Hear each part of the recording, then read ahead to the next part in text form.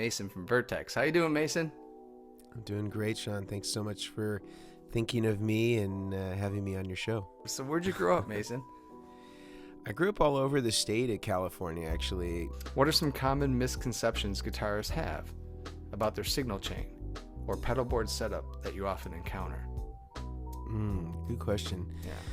I think the biggest ones that are recurring things have to do with buffers being one of them. I think another one that comes up really commonly is sort of a misunderstanding between current and voltage.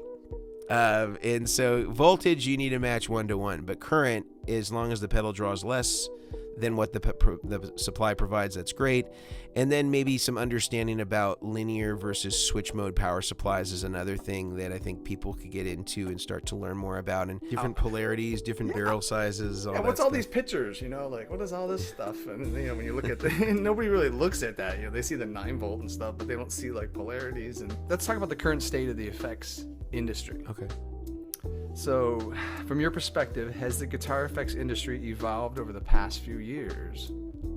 I think you were just alluding to some of it. Yeah. And so what are some of the biggest changes you've seen since you were making them in the dorms, or modding them in the dorms, to right now? Well, the multi-effects stuff have just become better and better. Here, I do want to talk about your interviews real quick. Okay. So the interviews that you've been doing are just incredible, man. He used to play through all these hits that he played on with Michael Jackson and all these others that you'd recognize. And then the next one was like Dean Parks. And so I think like the first 3 that we did all got over 1 million views, or 2 or 3.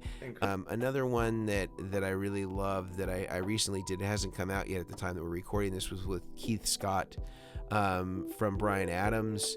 And that was really cool. Another one I worked on for a long time and took forever to... Yeah, I think that the future, as I mentioned, is kind of going to really be more in the modeling space. So right now, the challenge that I see is that people are having a hard time getting the feel right for a lot of the modeling stuff.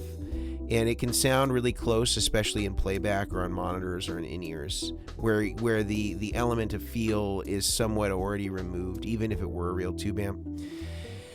And so what we're trying to do is figure out some solutions to sort of get back some of that stuff. So kind of creating a tube stage that would exist in front of your modeling amp or your amp sim that would just give you